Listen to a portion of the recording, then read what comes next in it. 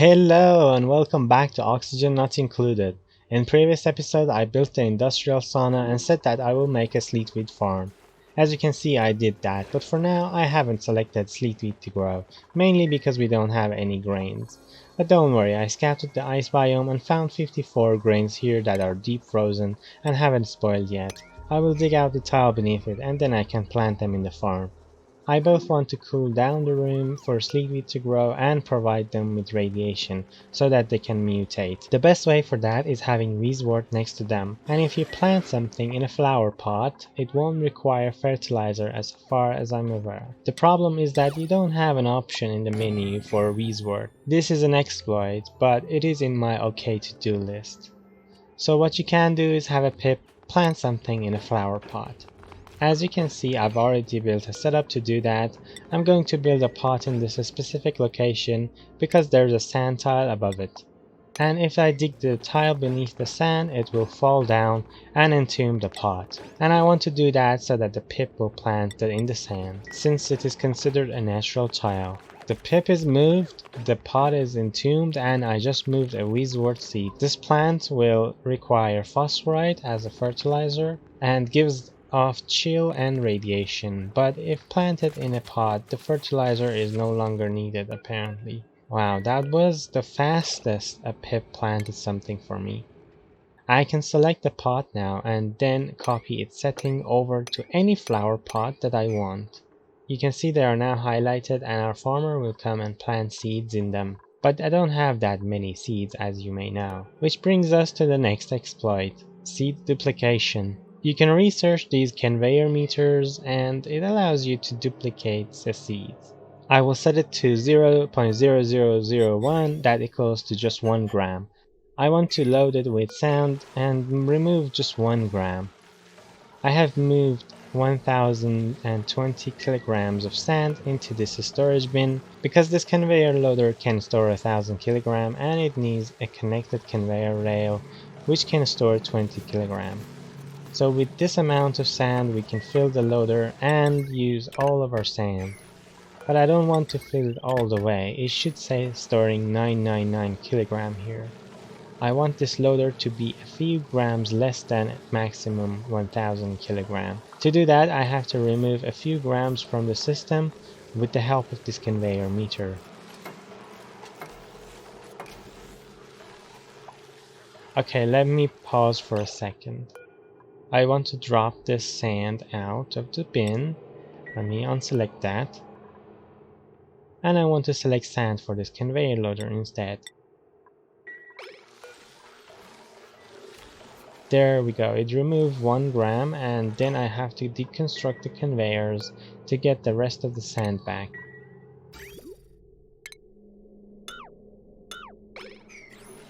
When I do that it should say 999 kilogram here. And then I have to deconstruct this mesh tile here so that the seeds can drop down. I need that word seed though, let me move it. Actually I can put it in the bin. Yeah, there we go, deconstruct this tile. And I should place doors here so that I can disallow them from entering this area. The duplicated seeds will drop down onto these farm tiles and this sweeper down here will plant them. This exploit works because a single seed has a mass of 1 kilogram, but that is the maximum mass of a seed. You can still have a seed that is less than a kilogram. So all you have to do is split the seed. Like a 10-gram seed can also be planted in a tile, and when you uproot it, then it will magically turn into a 1 kilogram seed. Oh, let me not forget to select these farm tiles down here to be Weezwort. And then I can finally start it. It picked it up, and let me check to make sure the seed is in there. Oh, it's only sand. Don't tell me the seed magically turned into sand because it was 1 gram. I think I should have removed 10 grams instead. It definitely was 999, but now it says 1000. Interesting. I think I will make the same setup again and repeat the process, but this time I will remove 10 grams. Just took me half a cycle, and one thing I want to mention, you can see the seed we had is 1 gram less than 1 kilogram, so it definitely turned into sand. The seed got picked up, and yes, you can see 10 grams got removed. Now if I unselect it here, it should drop. There we go. But it got sucked back again by the sweeper. Let me plant some sleet weeds here in these hydroponic tiles before the grains spoil.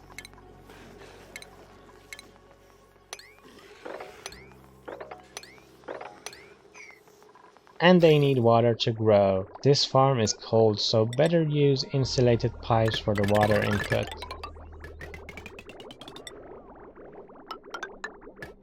It can be normal pipe after this.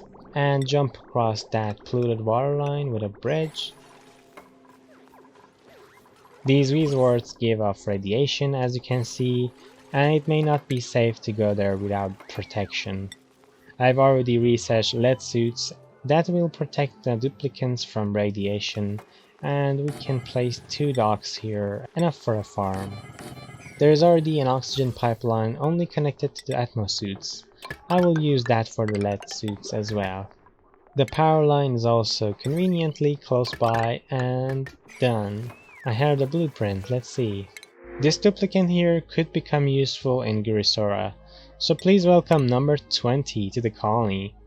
And with that, I get another achievement, probably the only achievement I get in this episode. No place like clone for recruiting 20 duplicants. Okay, back to this farm.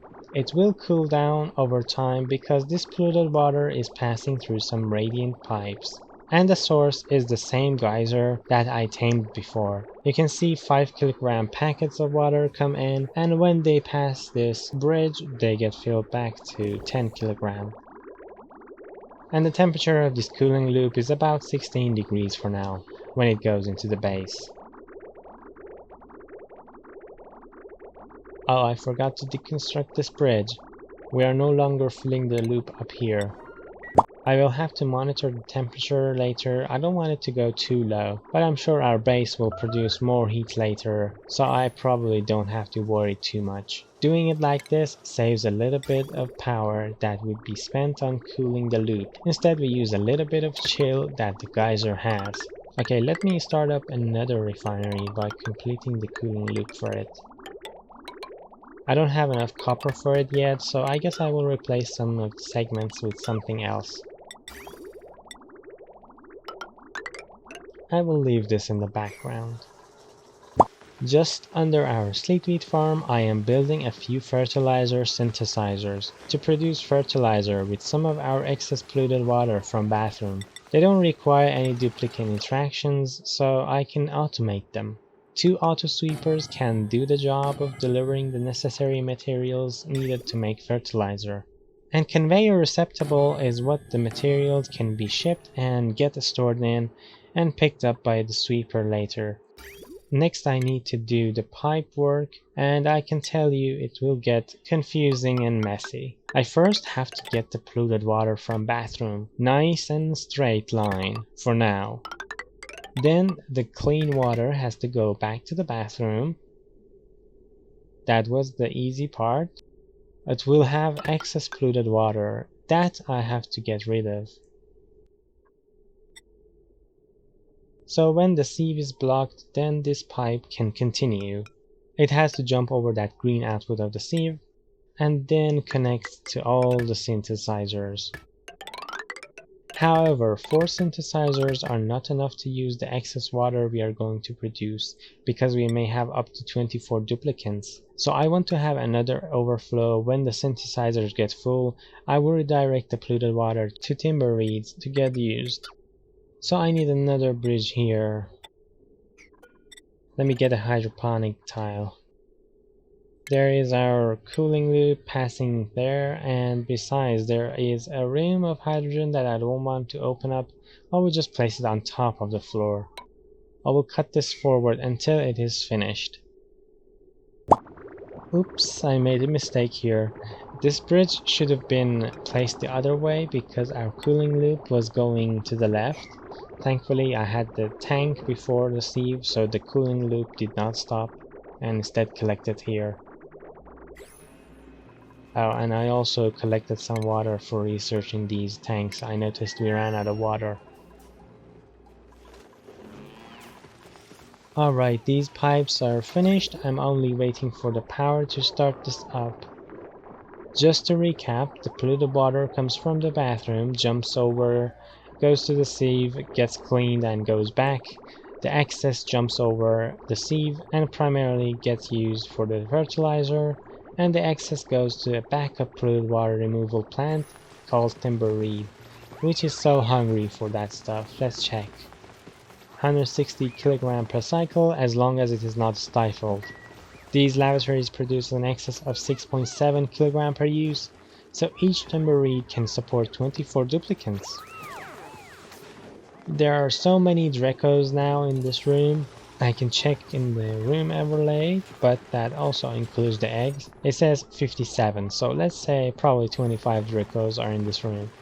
I have no idea how much I am producing. These shearing stations are bugged and don't update their uptime. It is time to start it up. Give me a moment. There. Old pipe disconnected and the water is coming back. Perfect. In that case, this oddly placed sieve in our kitchen can go. I have to empty this water pipe somewhere before I deconstruct it. I can just pipe it into this tank and deconstruct the excess pipes and sever this here and done. Easy peasy. Almost there, just have to ship the materials with conveyor to automate the fertilizer. I forgot the cable again as always. I want to ship the phosphorite that these Dracos produce. That goes into this conveyor all the way to the conveyor receptacle. And the fertilizer that is made here, it is better that we ship it out, so dupes don't have to wear suits to come here and get it. That's why I allow manual use for this receptacle. For now I am not producing dirt, so it has to also be manually delivered. And done. Now the dirt should get shipped to this conveyor receptacle. These machines also produce natural gas and some heat. That's why this room has a liquid lock, but it doesn't say in the database. If I check, it converts polluted water, dirt, and phosphorite into fertilizer. And I think I am finished here. The phosphorite is getting shipped, so is the dirt. The water will take a cycle or two to overfill the pipes though. This pipe is empty. Good, I can deconstruct it now.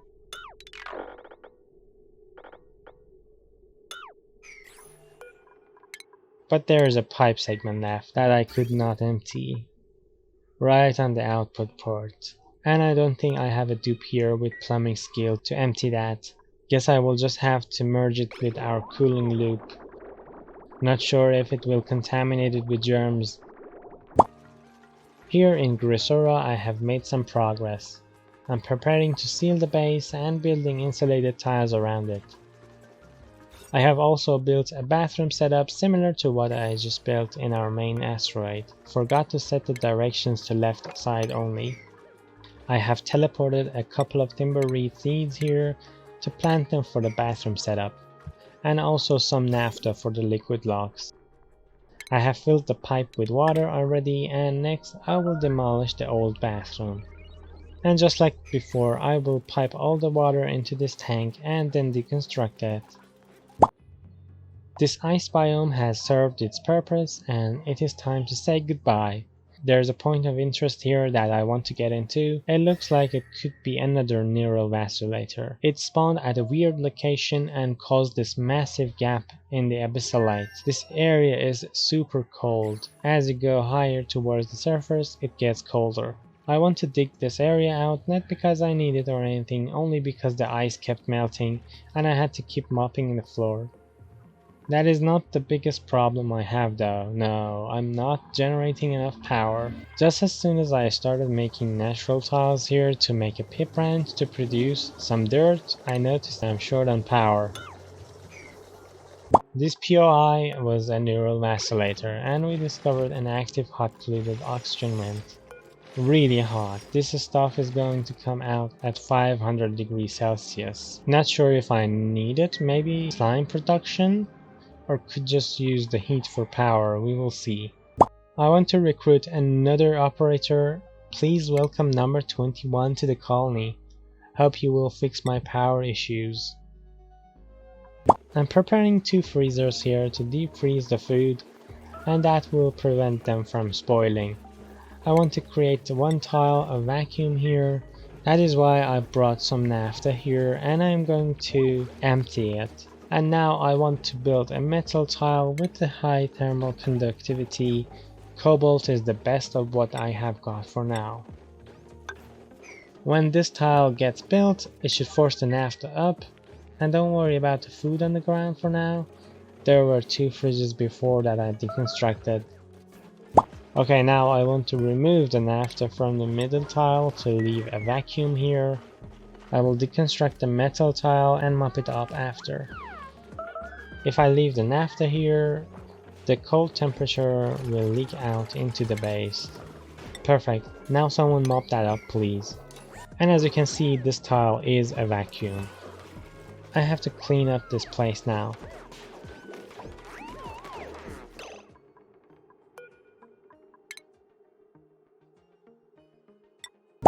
I had to place these doors to separate the great halls because the room was too big for 1 great hall. All the food that I want duplicants to eat is going to end up sitting on top of this cobalt tile inside the vacuum and get deep frozen.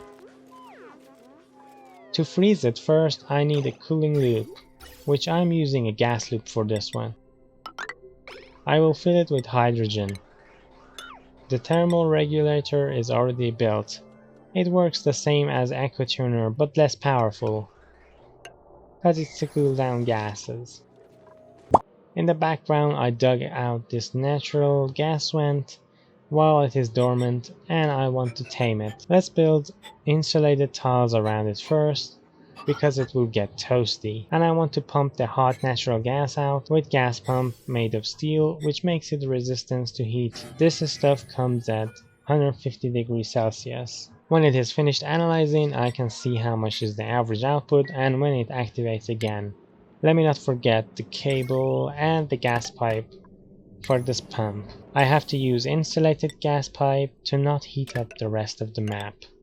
This is going to go all the way to our fertilizer production room. That has about 5 kg of pressure from the natural gas, all coming from fertilizer. I have to sweep up everything here to not leave any debris behind.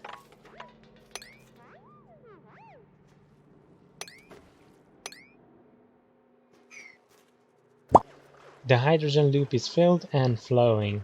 It is getting cooled down by that thermal regulator. It will take some time to get to freezing temperature. The power is the main issue right now. Super sustainable is almost done, only 26,000 kilojoules left.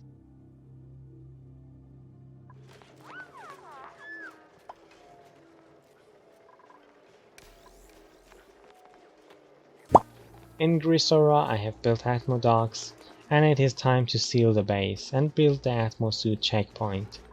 I also created 4 natural tiles to plant some seeds to make this room a nature reserve. To make these suits I teleported reed fiber from our main asteroid, but it was not enough, so I guess I have to send some more. Let's see, industrial ingredients. Let's just send 100, I have plenty of them. The power is a bit more stable, and the hydrogen is as cold as -25 when it first passes the kitchen freezer. You can see I have raw food already here, a long list of them, and they are refrigerated, but when they get cold to -18 they will change into deep frozen. There we go, you can see some of them are turning into deep freeze. And that is how to get millions of calories stored for later use. This vacillator I will give the buff to number 14. Let's see what we get. Minus 20% stress, that will come in handy. Okay, I want to mention that I had to make a little adjustment in my kitchen.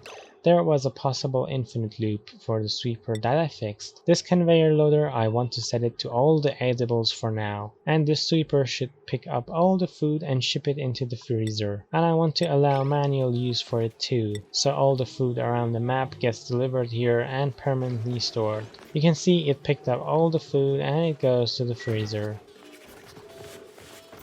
And that is all. This conveyor loader I placed here to sweep the mutated grains manually, because they will have to be analyzed. And the other loader I want to select the food that I will allow the duplicants to eat. For now, fried mushroom, grub fruit preserve, and surf and turf are on the menu. And here I should deselect them instead.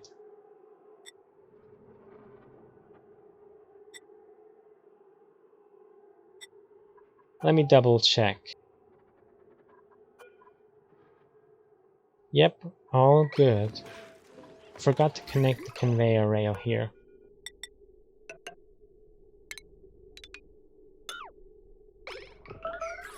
This mutated slate wheat grain, I have to sweep it out.